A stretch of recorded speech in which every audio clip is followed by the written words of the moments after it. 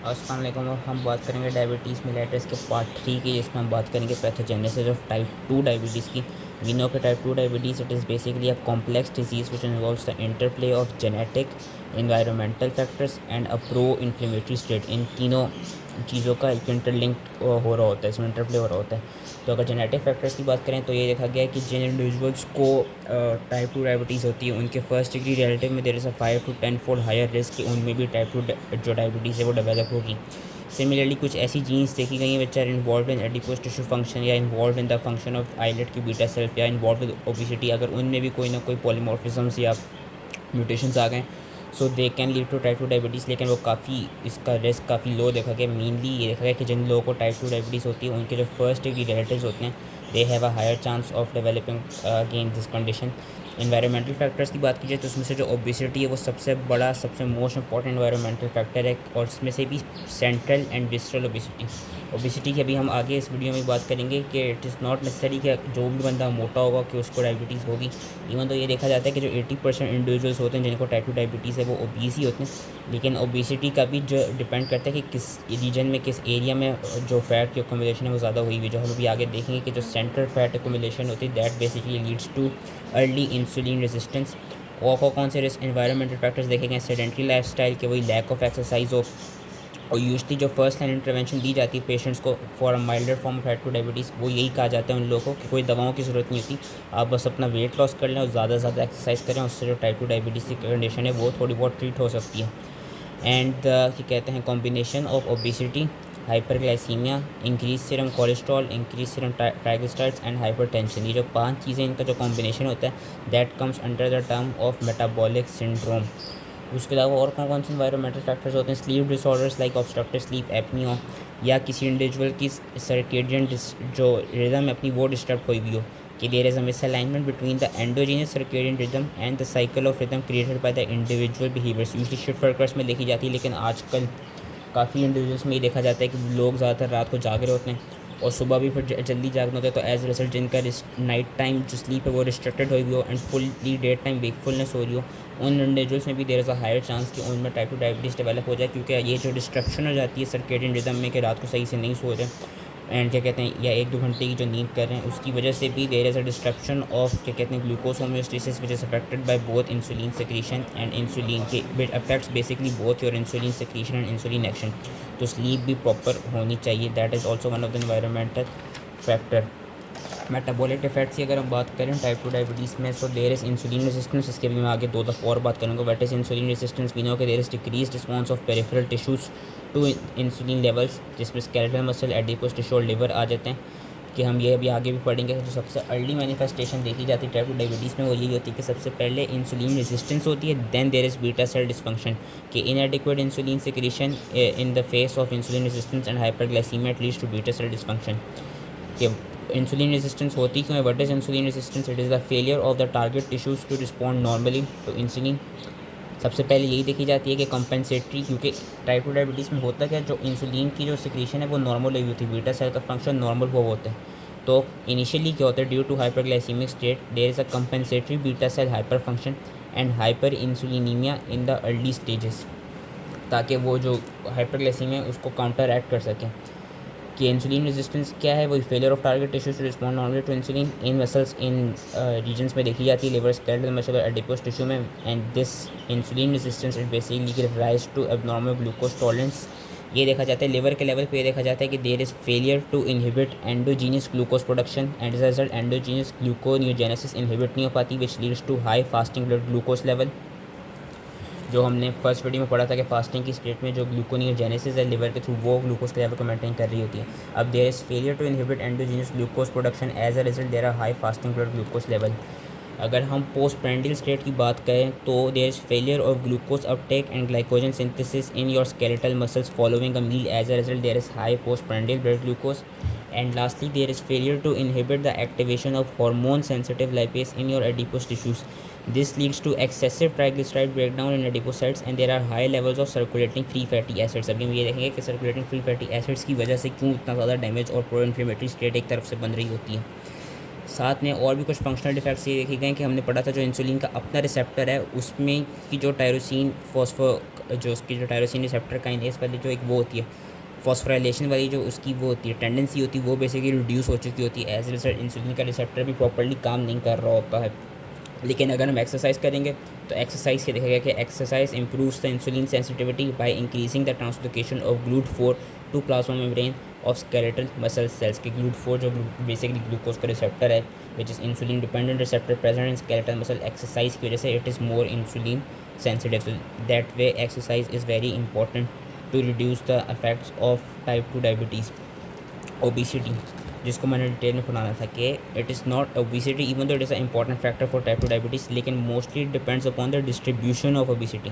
Central obesity जो abdominal fat है that has a higher chance of developing insulin resistance compare to अगर किसी को ग्लूटियल रीजन में ओबिसिटी हुई हो या सबक्यूटेनियस ओबिसिटी हुई हो। ये देखा गया है कि जो सेंट्रल एडिपोस टिश्यूज़ होते हैं, जो सेंट्रल एब्डोमिनल फैट की डिपोजिशन होती है that is more lipolytic. And free fatty acids के लेवल पे देखा गया कि there is a inverse correlation between fasting plasma free fatty acids and insulin sensitivity. जितनी कम इंसुलिन सेंसिटिविटी होगी उतने ज़्यादा फ्री फैटी एसिड्स के लेवल्स बड़े हुए होंगे। जो सेंट्रल एडिपोस टिश्यू होता है वो लाइपोलिटिक होता है, ये चीज़ याद रखनी है। अब होता क्या है जब एक्सेसिव फ्री फैटी एसिड्स बन जाते हैं they overwhelm the intra cellular fatty acid oxidation pathways. As a result ये भी अगेन सारी कोई बायोकेमिस्ट्री वाली बात आ रही है, फैट के मेटाबॉलिज्म वाली बात हो रही है कि एक्सेसिव फ्री फैटी एसिड्स की वजह से क्या हो रहा है there is a combination of cytoplasmic intermediates like diacylglycerol, phospholipids, sphingolipids, pyramids and ये जो टॉक्सिक लिपिड मेटाबोलाइट्स होते हैं ये क्या कराते हैं they decrease the signalling through insulin receptor and they activate the inflammatory pathways in your eyelids and they also promote beta cell abnormalities। Gluconeogenesis का जो मेन एक एंजाइम होता था फॉस्फोइनोल पाइरूवेट कार्बोक्सीकाइनेज उसका देखा जाता है कि वो रैम्प्ड अप हो चुका होता है जिसकी वजह से ज़्यादा ग्लूकोनियोजेनेसिस हो रही होती है, बहुत ज़्यादा ग्लूकोज की प्रोडक्शन हो रही होती है। एक्सेसिव फ्री फैटी एसिड्स क्या करते हैं they also compete with glucose as a substrate for oxidation. फिर एक चीज़ होती है एडिपोकाइंस। एडिपोकाइंस बड़े हुए होते हैं। अब एडिपोकाइंस क्या होते हैं हमें पता है कि जो एडिपोसाइट्स होते हैं वो इवन तो उनका नॉर्मल काम तो वही फ़ैट की स्टोरेज या फैट की हाइड्रोलिसिस कराना होता है, लेकिन कभी कभी कुछ प्रोटीन्स भी सेक्रीट कराते हैं जो एडिपोसाइट्स होते हैं। तो वो जो प्रोटीन्स की जो सेक्रीशन होती है एडिपोसाइट्स के थ्रू दो तरह की प्रोटीन्स होती हैं। एक तो वो प्रोटीन्स जो कि हाइपरग्लाइसीमिया को प्रमोट करें और एक वो प्रोटीन्स जो कि हाइपोग्लाइसीमिया को प्रमोट करें। जो हाइपरग्लाइसीमिया को प्रमोट करने वाली जो प्रोटीन्स होती हैं which are release by adipose tissue these are known as adipokines या एडिपोसाइट साइटोकाइंस। वेयर एज वो proteins which are release to decrease blood glucose to cause hypoglycaemia वो प्रोटीन्स कौन सी होती हैं लेप्टिन एंड एडिपोनेक्टिन। तो टाइप 2 डायबिटीज़ में क्या होता है टाइप 2 डायबिटीज़ में ये होता है कि ये जो लेप्टिन और एडिपोनेक्टिन है इनके डिक्रीज लेवल हो चुके होते हैं एंड जो एडिपोकाइंस हैं उनके हायर लेवल्स हो चुके होते हैं। एज अ रिजल्ट जो इंसुलिन की सेंसिटिविटी होती है पेरिफेरल टिश्यूज़ में वो भी क्या कहते हैं क्या हो चुकी होती है रिड्यूस हो चुकी होती है और ओबेसिटी बढ़ चुकी होती है। लास्टली कम्स और इन्फ्लेमेशन कि how do free fatty acids cause inflammation. ये देखा गया कि जो इन्फ्लेमेटरी साइटोकाइंस होते हैं they are secreted in response to excess nutrients like free fatty acids and excess amounts of glucose which leads to both insulin resistance and beta cell dysfunction.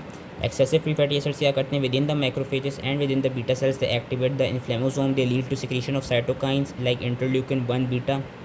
Additional pro inflammatory cytokines भी release होते हैं macrophage से like interleukin 1 जो कि overall क्या कराते हैं insulin resistance को प्रमोट करा रहे होते हैं।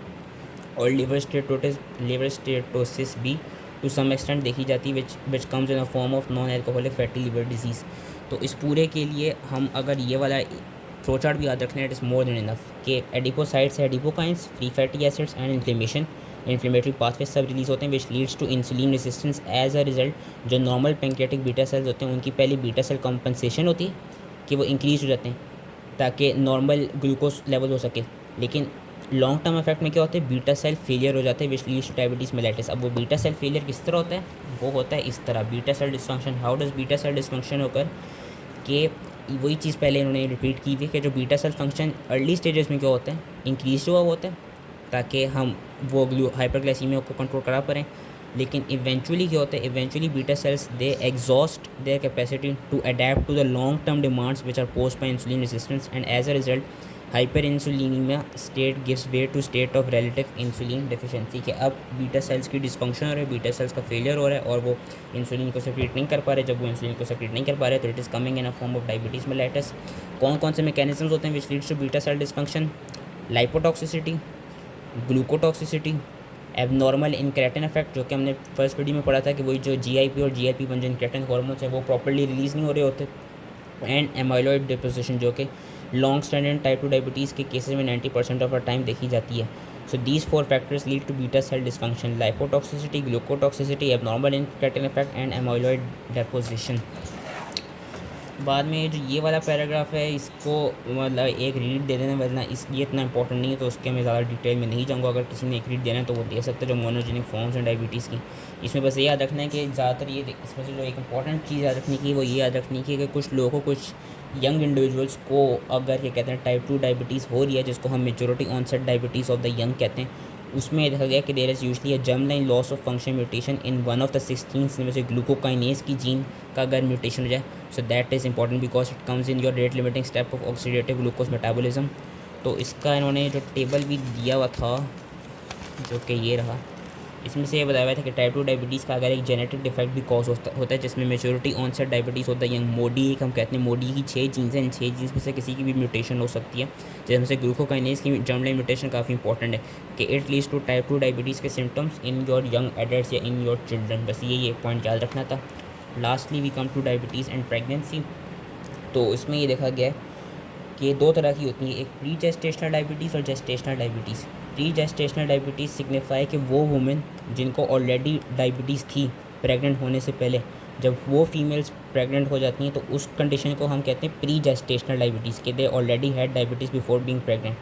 वेयर एज जेस्टेशनल डायबिटीज़ वो होती हैं कि वो फीमेल जिनको फर्स्ट टाइम डायबिटीज़ डेवलप हो रही है during the time of pregnancy, उन फीमेल्स में जो डायबिटीज़ कहलाई जाती है वो कहलाई जाती है जेस्टेशनल डायबिटीज़। के those female who were previously euglycaemic, यानी they were normal, they had normal glucose levels and they developed impaired glucose tolerance and diabetes for the first time during pregnancy, that is known as gestational diabetes।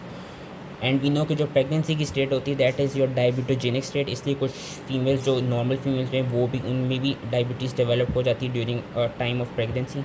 जो pre gestational diabetes है, क्योंकि उन females को already diabetes हुई हुई होती है, तो वो ज़्यादा डेंजरस होती है, क्योंकि ये देखा गया कि जो प्री जेस्टेशनल डायबिटीज़ होती है that basically increases the risk of stillbirth and congenital malformations in the foetus.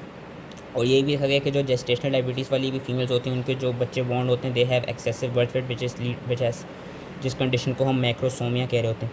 लेकिन जेस्टेशनल डायबिटीज़ का ये देखा गया कि following delivery of the child जो ऑफ द इन्फेंट, जो जेस्टेशनल डायबिटीज़ होती है वो टिपिकली रिजॉल्व कर जाती है, ख़त्म हो जाती है। जो प्री जेस्टेशनल डायबिटीज़ होती है वो रिजॉल्व नहीं करती, क्योंकि उस फीमेल को ऑलरेडी डायबिटीज़ हुई हुई होती बिफोर बीइंग प्रेग्नेंट।